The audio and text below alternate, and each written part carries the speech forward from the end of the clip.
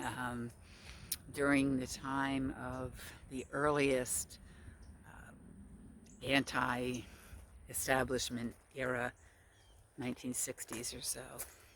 So I'm going to show you around a little bit. This is a mostly swamp. I believe it was a lake at the time. You can see there are walkways. This place is on Monastery Road, and there was a Catholic monastery here. Strangely enough and ironically, the monks left. They sold it to this man, Reverend Doctor, though he was neither a reverend nor a doctor, George Hilsheimer. And he brought a bunch of kids here whom he declared were kids in need of special schooling. This all started at a summer camp that he opened called Summer Lane in North Carolina, 1963. The campers and the staff were run out of the place because the villagers there in Brevard, North Carolina, were racist, and there were a couple of students of color.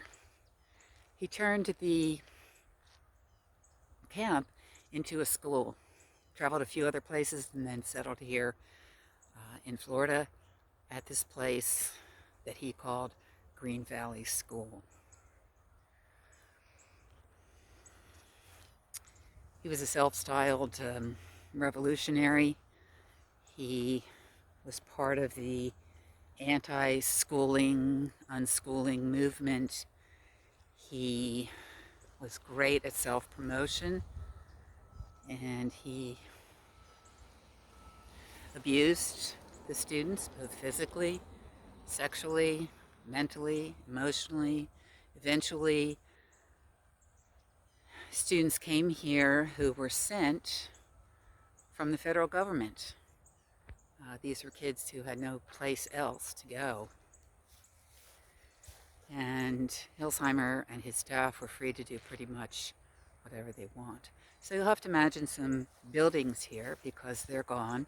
But I'm going to stroll around and see if I can find the foundations from some of these buildings. And later on, maybe I'll be able to figure out what was where. I spoke to a couple of the neighbors. They said they only moved here in the 20-teens, so they don't really know anything about this school or even the monastery, although the woman said in 2015 the buildings from the monastery were still here. And clearly everything's been demolished. They think that probably someone is going to build another subdivision here, some real estate. More later.